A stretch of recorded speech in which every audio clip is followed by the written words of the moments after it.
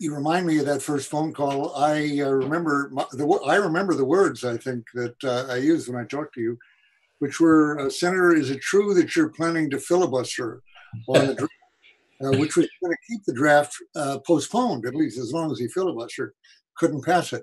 A renewal of the draft, wasn't that it? A reinstitution?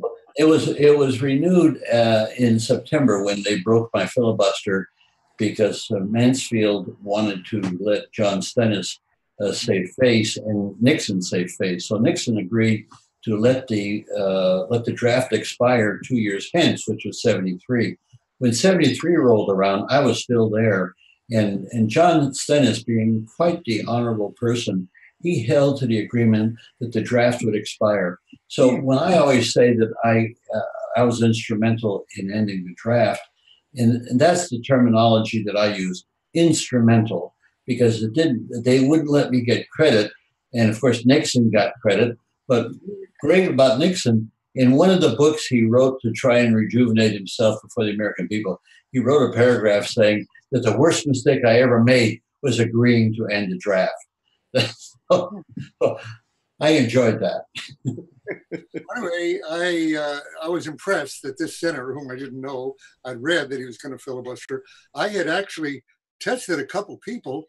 I'll name names here, including Gaylord Nelson, who had voted against appropriations a few times in connection with the war and had raised questions about it.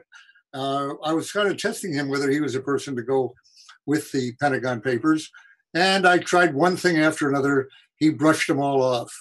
Might he filibuster against the war? Might he do this and that? And he seemed pretty burned out to me at that point. This was back in 1969. Dan, let me add something there that could be helpful to you.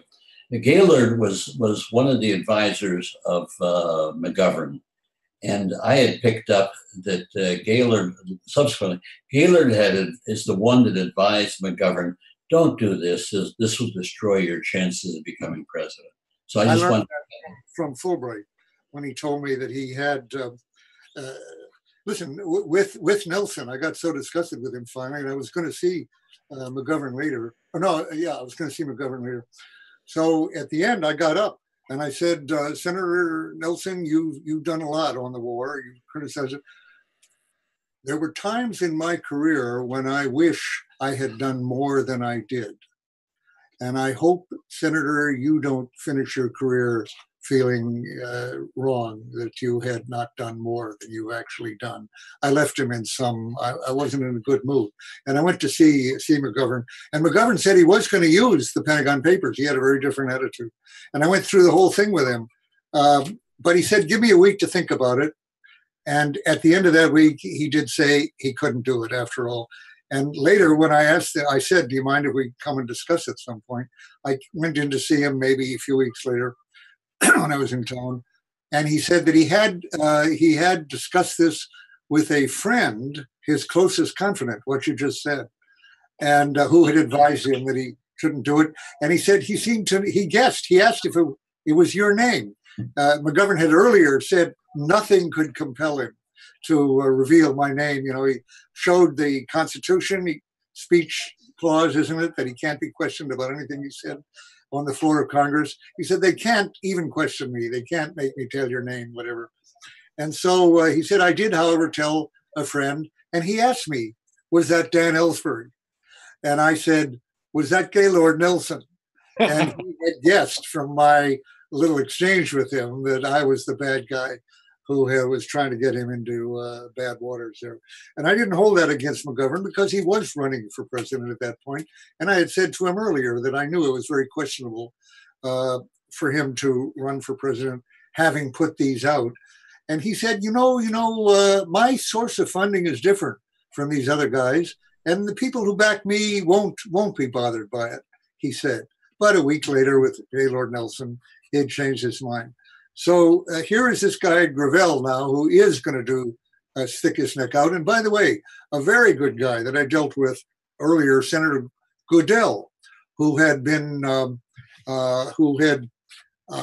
called for us to get out of Vietnam in 1 year and cut the fund off. He didn't. He couldn't get at first one co-sponsor to go with him. But when I raised the question later to him of a filibuster, he said, Dan, if I could get people to join me, I'd do it. He said, but if you do it as one person, you're going to look ridiculous. And in this job, you cannot afford to look ridiculous. So here was a Senator Gravel who was willing to look ridiculous if necessary, you know, or all by himself. He wasn't asking anybody else to join. So I said, is it true you're going to do this? And you said, yes, I am going to do it. I said, well, if you really want to read stuff, I can give you enough to read till Christmas. It will keep you busy till Christmas. And mind you, I'm dyslexic. So it would have been to New Year. Right. Actually, a lot more than that. It's tough reading, as you found when you were reading it into the record. Hard to read it. It was so terrible. In fact, I remember the point that where you really gave up, where you said, we are sending people over there to die and to kill for a government of drug dealers, you know, and pushers, basically, which was exactly right. And very hard to say. Okay, so you were very unusual at that point. You did face censure for it, as I recall. And wasn't it Mike Mansfield, I think, who interceded for you at that point? Gerald Ford, Gerald Ford with a bevy of Republicans went to see Mansfield over that weekend. And I hadn't seen Mansfield yet. And Mansfield, they walked in to see Mansfield and they said, well, we want to talk to you about Gravel. And he immediately made the statement, I don't know of anything wrong that Gravel has done. Yeah. And that was the end of the meeting. They just walked out because they knew they couldn't persuade the leader. Now, I went to see him. Well, you actually tried to put or did what you could to put this other top secret stuff, a national security study memorandum run, into the Senate, and were blocked by it. And you'll recall that they actually assigned a committee. I think it was Javits and somebody else, maybe Gary Hart or somebody, was to look into the question of whether they could declassify in the Senate classified material. And they came back later in a closed session, which was, not allowed to be printed in the Congressional Record for a long time. Eventually it got declassified. In that, they said, it's very strange. As far as we can tell, we do have the right to do this. It's not clear that we'd be breaking any law by doing it. Nevertheless, that didn't mean they were ready to do it. And when I asked Mike many years later, in 2006, when we had hoped to get an impeachment proceeding going against George W. Bush, and Representative Conyers had not only promised that he would hold impeachment hearings, but he had written a book about it, How to Impeach the President, that summer. And he was told by then Speaker Nancy Pelosi, when the new term started, you will not proceed with impeachment proceedings, on the grounds that would bring the Republicans in and would doom the prospects of any new president. We're reliving that right now, obviously. I would say the same issues are arising, and we'll see how that works out. But I was so disappointed that how little we got out of the 2006 class that came in there. The Democrats took the House then, remember? Just like now. And we got very, very little out of that from the Democrats. And I remember asking Mike on that question, Mike, do you think these are extraordinarily cowardly congressmen? And he said, no, ordinarily cowardly. He said it was exactly the same 40 years ago. And so it goes. Now, to get into the question of how this relates to Julian right now, Assange, what he's facing is not only the kind of treatment that John received in prison, but I think it's almost sure that, and I think, by the way, John, you did experience, tell me if I'm wrong, some disciplinary issues where you were put in isolation for a while. Is that true? No, I was threatened with isolation a number of times, threatened with solitary confinement. And it was because I was writing a blog from prison. And for the life of them, they couldn't figure out how I was getting it out. And the truth of the matter is that I was putting it in an envelope, addressing it to one of my What? Truth of the matter is what? I didn't hear it. Oh, they couldn't figure out how I was getting this blog out of prison. But the truth is I was just sticking it in an envelope, putting a stamp on it, and throwing it into the mailbox. All right. Well, Well, they're sadistic, but they're not very bright either. They're not.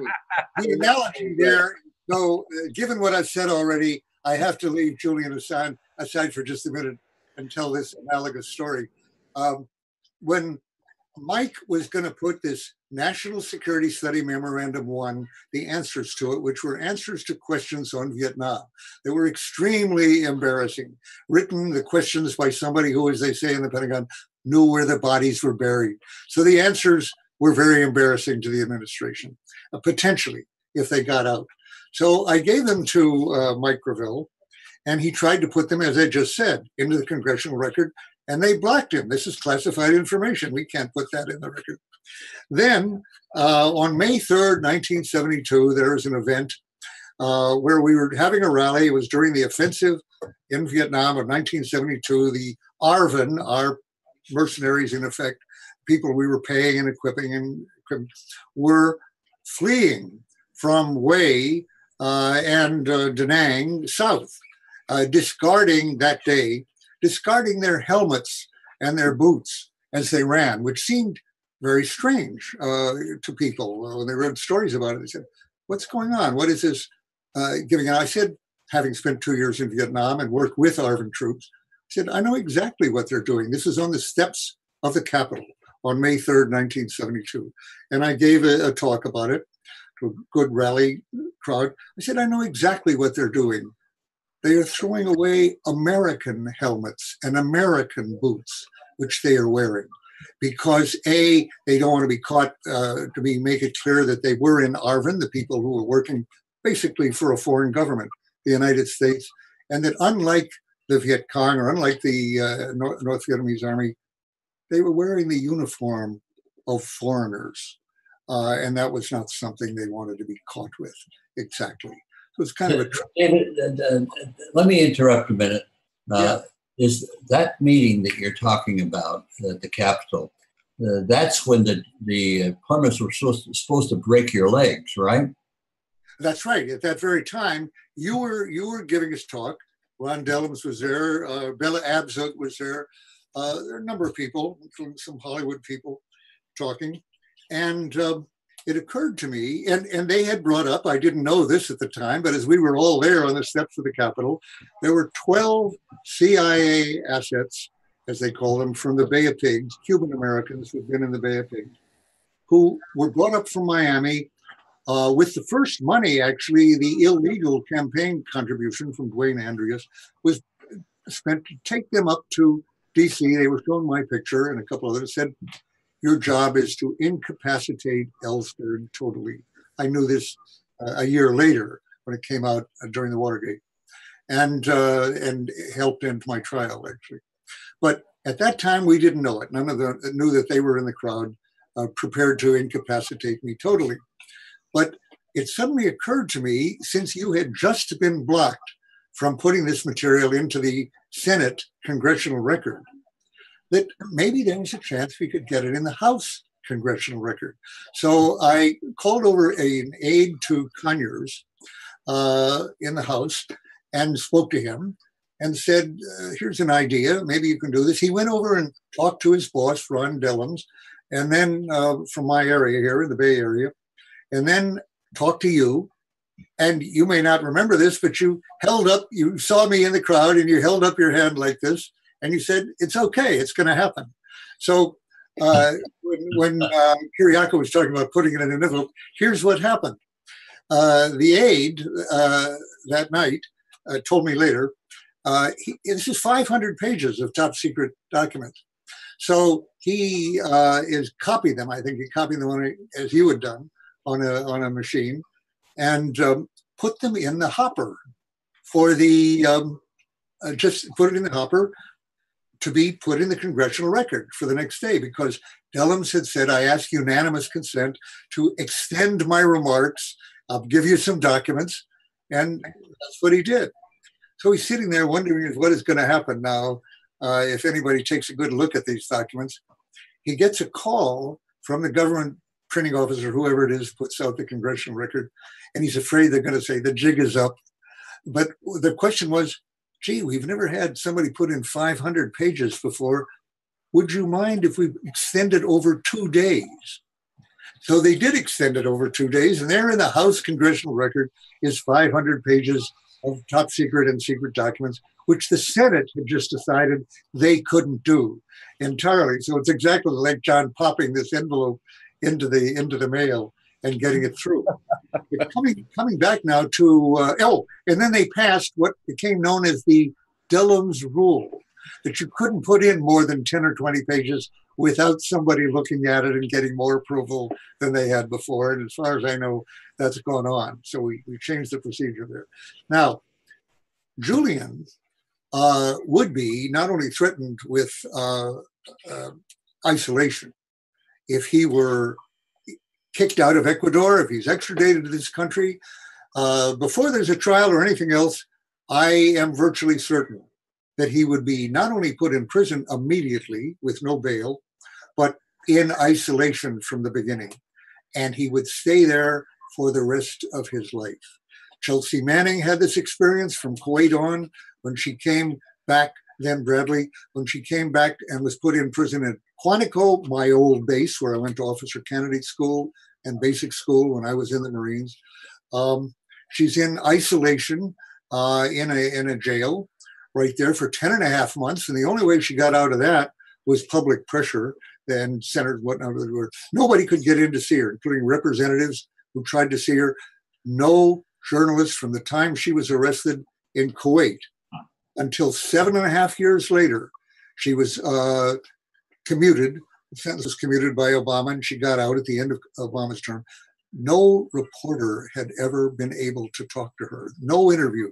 However, for 7.5 years, Ed Snowden took counsel from that experience and knew that if he was going to interact with newsmen, as he did do, and is still doing, about the meaning of the documents he was giving them and how to interpret them and what the acronyms meant, and many things that had to be explained about the things, he had to be out of the country. The same would be, now Julian would be in isolation for the same reason as Snowden.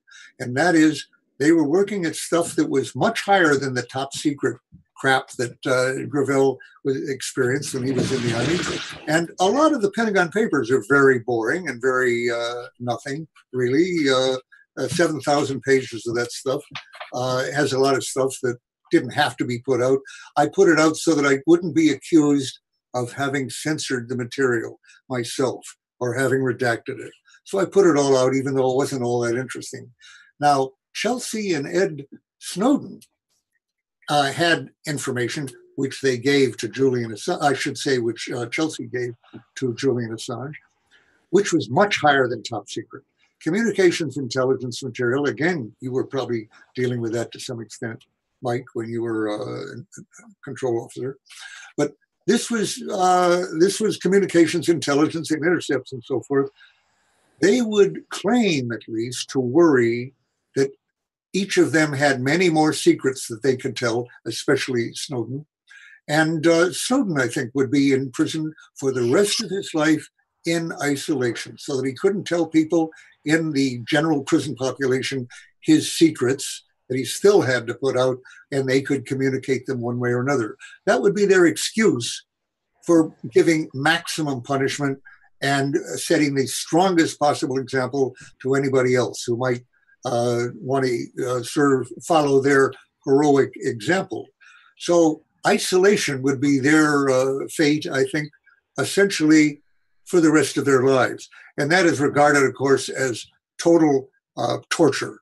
Anything, I was just reading the other day, beyond 15 days is regarded by Amnesty International and many psychologists and others as torture, cruel and inhumane treatment.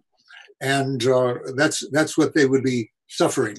My friend Mordecai Vanunu, who revealed the Israeli program, nuclear program in Israel, including their probable H-bomb arsenal, was in isolation, as I recall, for 11 and a half years. Not 10 and a half months, but 11 and a half years out of what I think was a total 17-year sentence. and it wasn't real good for his mental balance while he was in the isolation. He recovered a lot when he got in the general prison population. So that's what Julian is facing.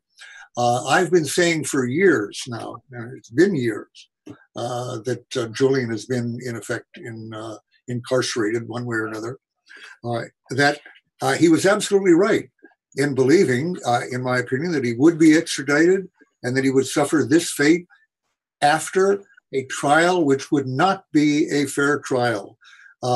It's not possible for a whistleblower to be indicted under the Espionage Act, as they all have been, essentially, and get a fair trial because he or she cannot argue to the jury that why they did what they did, or what public interest was served, whether there was have testimony from experts as to whether there was any damage or whether there was any benefit. To the only the intention and would be regarded as irrelevant, as it was in my own case. I was the first person prosecuted on these grounds for a leak, top secret leak, back in 1971 to 73. And when I got on the stand for 4.5 days, my lawyer asked me, why did you copy the Pentagon Papers? And I had saved a lot of details so that I could give them under oath at that time. I was not allowed to answer that question. Prosecutor said, objection, irrelevant. And the judge held it up, accepted that. My lawyer tried different ways of getting the question through, Leonard Boudin, and finally said, Your Honor, I have never heard of a case when the defendant was not allowed to tell the jury why he did what he did. And the judge said, well, you're hearing one now. And that was the extent. Now, my trial ended under extraordinary circumstances, unprecedented and almost unparalleled since. It's kind of a miracle that I got off, since my judge had been offered his life's ambition, if that trial came out all right and quickly enough, namely to replace J. Edgar Hoover, who had just died, as the head of the FBI. And he dismissed that as a grounds for ending the trial when it came out, when it was leaked out. He said it hadn't affected him at all, that offer. But eventually, having found that I'd been criminally overheard, wireless wiretapping, and his effort to kill me and so forth, incapacitate me totally, various things led to my not going to prison. But even I would probably have been allowed to be in the general prison population because for my 115-year sentence, if I'd gotten it, because the material I put out was only top secret. And Chelsea's material, rather not what she put out, was secret or less. That's much lower category, or unclassified. What Snowden put out was higher than top secret. And Assange put out stuff, they would just put him in isolation, I think, just to punish him for his years of irreverence toward the intelligence establishment and the classification system. Now, as I've said, no possibility of a fair trial, assurance that he would be extradited. As I said, I've been predicting that for years, and other people said, oh no, he's just staying there because he doesn't want to spend a few months in jail in England for having jumped his bail and gone to the Ecuadorian ministry. And many respectable journalists and others less respectable, but many have said that's the only reason he's staying in. It's just to protect himself from a few months in jail. Now, I felt I had come to know Julian Assange well enough to know that was not true.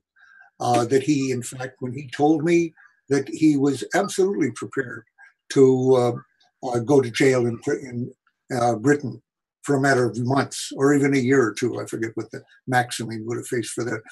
His only concern was life in prison or in the US. I was sure that was true. And let me say something about it, about Julian, that not everybody is in a position to say, having not met him, or would say, frankly, even if they have met him. Because Julian is a very unpopular person. He's gotten, I would say, an extremely bad press, including from the New York Times, from the very first moment that they printed his material. they treated him the way they treated me, but that's another story. As I told him, I got pretty much the same treatment from the New York Times. They don't like sources very much. My guess is that they think of sources to them the way police think of their snitchers, namely necessary, important for their careers and justice process, but basically bad people who've betrayed their promise to keep secrets, and they're opposing U.S. policy, and they're not patriotic. Anyway, that's the way, frankly, I was treated. But Assange was a little shocked that he was treated that way, but he was, as was Chelsea, exactly the same way. More important than that, though, was that he subsequently got very bad press from people. In years when I said he absolutely did not deserve it, I'm prepared to say that his activities in the last couple of years, 2016 and so forth, are rightly controversial. And I by no means agree with his judgment on all the things that he chose. I cut somebody a lot of slack who's been in one, psychologically and in terms of judgment, who's been in one room or one little suite of office for 6 years. I don't know. I think that would affect my mental and emotional balance very significantly, or anybody else's. And I don't judge him very much for his judgments in the last few years, frankly, though I can disagree, and I do disagree, with a number of those judgments. But having said that, I don't say that to separate myself from my unconditional support for his need for the asylum, which he deserves in other places, and he has in Ecuador. My unreserved condemnation of Ecuador for washing their hands of someone to whom they've offered asylum, rightly so, and for their political purposes. And I'm going to go one step further. As I said, a lot of people who've seen movies about him, which I think in every case were extremely unfair to him and biased. And I say that in the following, pardon me, I say that in the following context, that a lot of people who have met Julian, he's not their cup of tea, and he doesn't like them. And I'm not sure I would like to work for him, as a matter of fact, from what I've heard about his autocratic behavior and toward subordinates in general. I wasn't his subordinate. I met him for several days in England when he was, and I was helping him put out the Iraq war logs, which I helped him do at a press conference. And elsewhere, I spent several days with him there. I visited him in his Ecuadorian asylum twice now. And as I say, many people, first of all, you don't have to like Julian Assange or even approve of what he's done in terms of judgment in the last few years or ever, in order to be totally supportive of his asylum and opposed to his being tried on Espionage Act charges, which would be of extreme ominous significance for the press in this country and everywhere else. So basically wiping out the First Amendment to a very large extent in terms of freedom of the press. He would be the example of a publisher and a journalist, they would use it for that, who was actually indicted and convicted, and it would cool a lot of journalism other than handouts and official channels for authorized leaks. There would be some people who would risk jail, like James Risen and others. I think people that I dealt with, like Neil Sheehan and others, Hedrick Smith, would have risked prison in the face of the possibility of prosecution, but a lot of them won't. As Mike said of Congress, ordinarily cowardly affects every profession, journalism, politics, and everything else. So a successful prosecution and conviction of Julian would be a tremendous cooling effect on any reporting of national security. But I say the unusual context I want to put this in is this. I don't know how many people I've heard say this. Having met Julian, knowing his circumstances and the courage that he showed at various points earlier in doing what he should have done. I liked Julian Assange when I met him first. I liked him on the visits that I made with him. There are many people, as I say, there's an enormous number of people who have not met him or seen him only on movies who do not like him. There are many people who hate him. I am not in either of those camps. I am someone who liked Julian Assange, respected him, admired him. I could even say when I saw what he was going through in that embassy year after year, I loved him. I not only sympathized with his plight, but I felt, I feel love for this person. And I admire him. So I have a personal aspect on this. And again, without feeling I have to endorse and don't endorse everything that he's done, as a matter of being best judgment or anything else, I feel absolutely committed to keeping him out of an isolation cell. Could I raise something that's a different segue? And that is that what we're doing, we have to be realistic and realize that we're not going to influence the government. That's the sad nature of it. And so if he's not, the chances of saving Julian before this thing plays out are difficult. What I'm wondering is, could we not incite riots in Britain that would then move towards the embassy? Are there not enough peace groups out there and journalists in Britain that I don't have any contacts with journalists there, but if they could turn around and get a brown vest or a red vest and put it on as a group and go to the embassy and screw it up, just get up thousands of people around the embassy, that might suggest a possibility of sneaking him out. And that's what I've always felt, that the answer to this is if we could get a billionaire who could put forth the money to get helicopters and do this, we could probably get him to safety. But absent that, I'm very pessimistic about how this is going to be handled by Trump, the Trump government. So that's just my 2 cents. I always take the positive and let's fight, but not just talk. Let's just fight and see. I don't know. See if there's an element in Britain that might want to step up to the plate and do something in that regard. Just a thought. It will be possible. And Mike, there aren't too many. You're the former senator who would come up with that idea and be speaking from somebody who was willing to take risks like that and did take the risk. And I appreciate it. And by the way, it's very pertinent. It does remind me of something, frankly, that I've scarcely ever mentioned. People in London knew about it, who were then supporting him. But on my first visit, I think it was there, he had just been refused. We arrived to do visits, and we were told a new consul or whatever the person in charge of that embassy was had arrived, not sympathetic to Julian, and was forbidding anyone to come in to see him, which was certainly his right under the asylum rules, and that we couldn't get in to see him.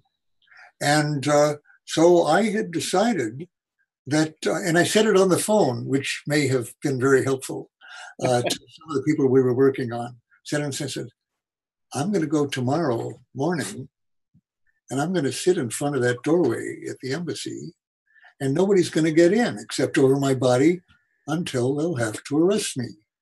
I had some experience with the power of civil disobedience, and I thought that'll give them some. Well, we got there, and by God, the rule had just changed. And of course, we took it for granted that I hadn't had this in mind when I said it over the phone, but I didn't have any doubt that had been noted, as a matter of fact. And so you're right, though.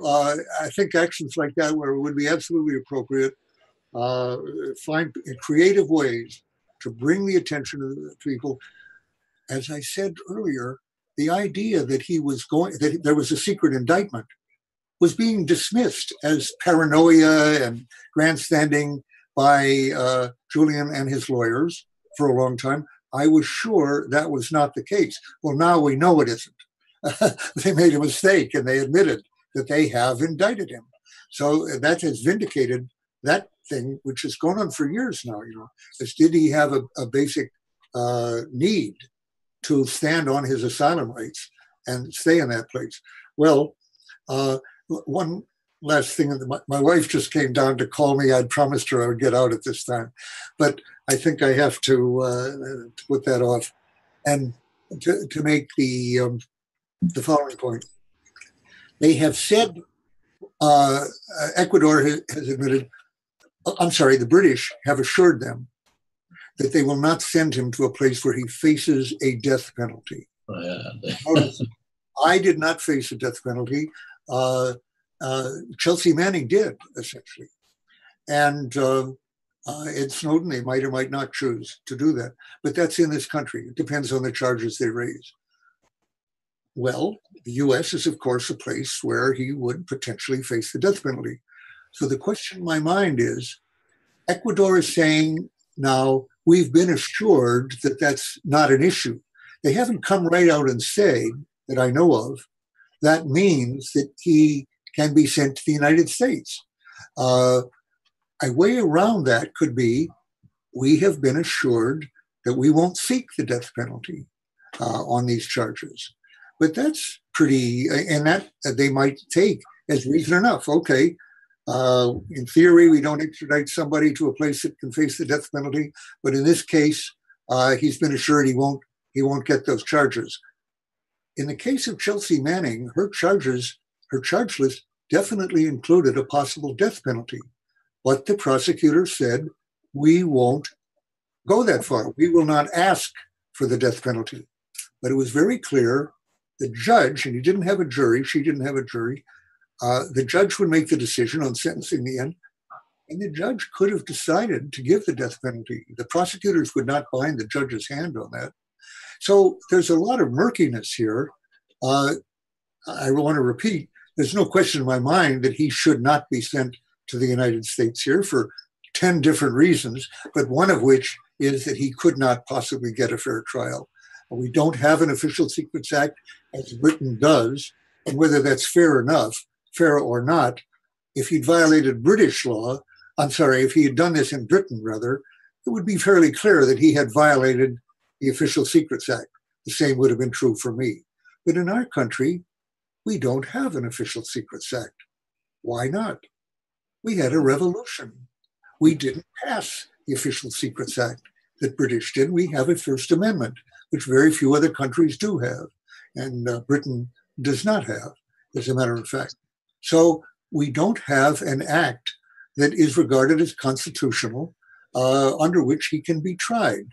He should not be tried here. And I would say, let me make this, I've said the very dramatic, just in terms of the media today, the amazing statement, I like Julian Assange, even if I don't like everything he's done and all this, but I like him. I'll make another dramatic statement here. Well, I'll leave it at that.